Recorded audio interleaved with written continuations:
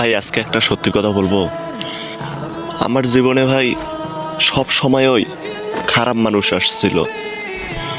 জীবনে এমন কোনো দিন নাই যে খারাপ মানুষের প্রভাব আমার জীবনে পড়ে নাই। আমি যাকে ভালোবাসছিলাম সে ভুল মানুষ ছিল, আর আমি যেসব আত্মীয় স্বজনকে নিজের আপন ভাবতাম তারাও ভুল মানুষ। কেন ভাই? আসলে ভাই আমার যখন খারাপ সময় আসছে ভাই, আমাকে সবচেয়ে বেশি কষ্ট দিছে আমার আপন মানুষগুলাই। তারা আমার সাথে কথা বলা বন্ধ কইরা দিছে, তাদের সন্তানদের সাথে চলাফেরা করা বন্ধ কইরা দিছে।